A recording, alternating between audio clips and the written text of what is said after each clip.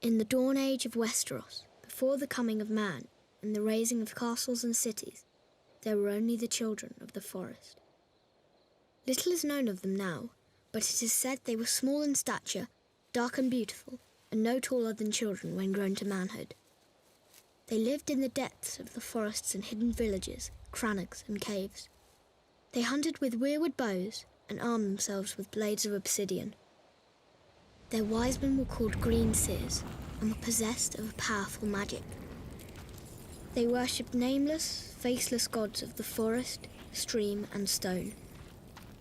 According to legend, it was they who carved faces in the great white trunks of the majestic weirwoods. Their deep-cut eyes were red with sap and ever watchful. 12,000 years ago, the first men came from the eastern continent, crossing a land bridge called the Arm of Dawn. Riding their great horses and wielding weapons of bronze, they cut down the children's forests and weirwoods. A terrible war raged between the children and the first men that lasted for centuries. At long last, the two races sought an end to the years of horror and bloodshed. They met on a small isle in the centre of a great lake called the God's Eye. It was there they forged the pact.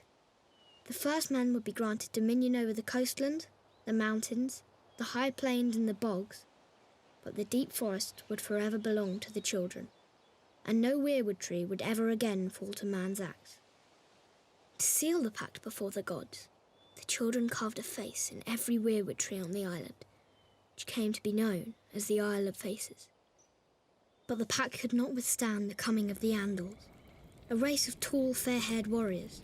They attacked with fire and weapons of steel, slaughtering the children of the forest wherever they could find them, burning out their weirwood groves, hacking away at the faces of the old gods, and spreading their own religion through the land. Centuries of war followed, and the Andals conquered every kingdom in Westeros, save one, the North. The kings of winter were able to withstand the Andal invasion, and descendants of the first men dwell there to this day and continue to worship the old gods. As for the children of the forest, those who survived the slaughter were said to have fled far north and have not been seen again. Most assume they're long dead, and some don't believe they ever existed.